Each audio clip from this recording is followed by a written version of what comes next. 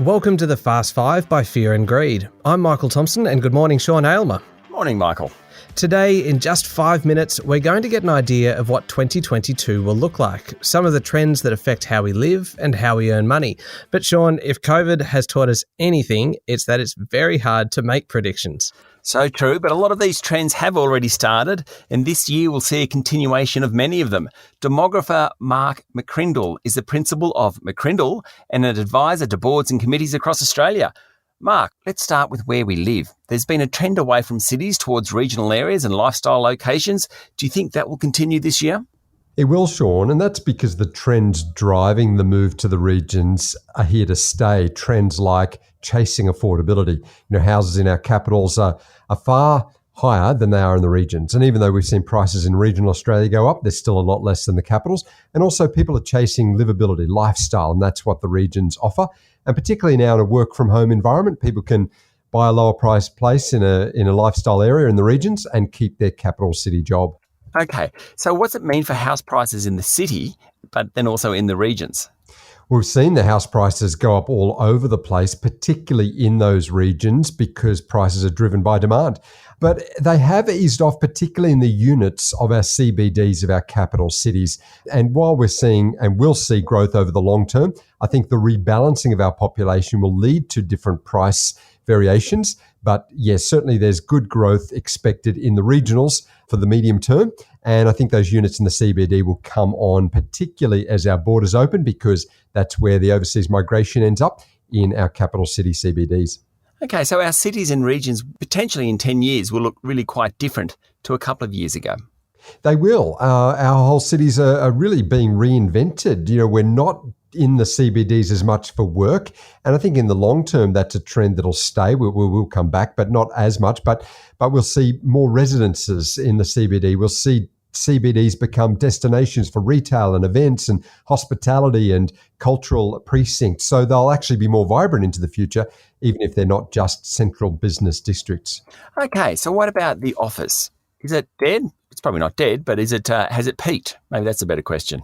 Yeah, well, it's actually got a very bright future, and that's because even though we can work from home and the future will be hybrid, we will do some work from home, we still need to gather. And organizations are recognizing that they need to come together for the social connection, for the values, for the culture, for the alignment, and for the collaborative tasks. And that's the future of work, is being able to innovate and adapt together. And that happens better in the room than it does online. So the office still has a big future, but we might only be going in 3 days or 4 days a week instead of the usual 5.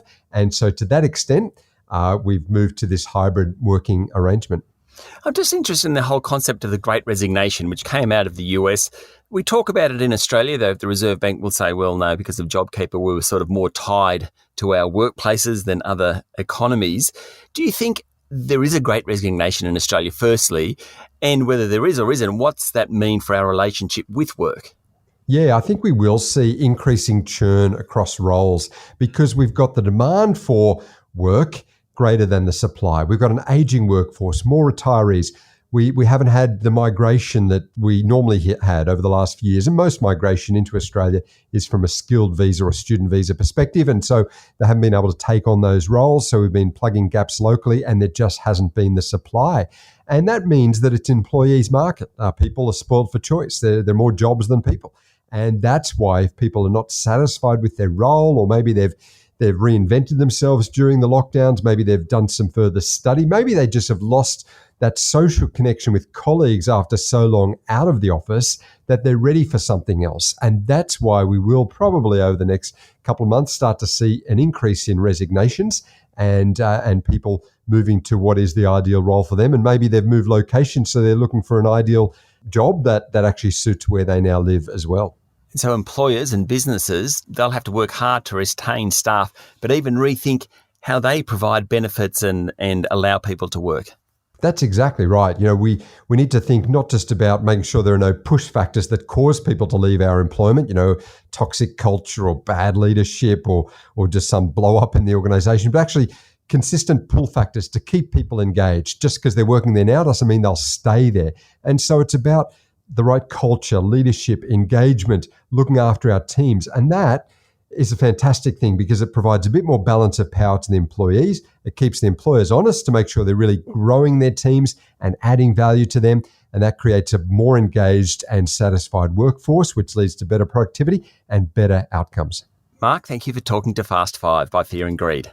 Thanks so much, Sean. That was demographer Mark McCrindle. Now, Michael, I have renewed enthusiasm about 2022 after that discussion. Yeah, so we've got cities are changing, the office is changing, the Great Resignation is underway. There is a lot happening. The Fear and Greed management's changing.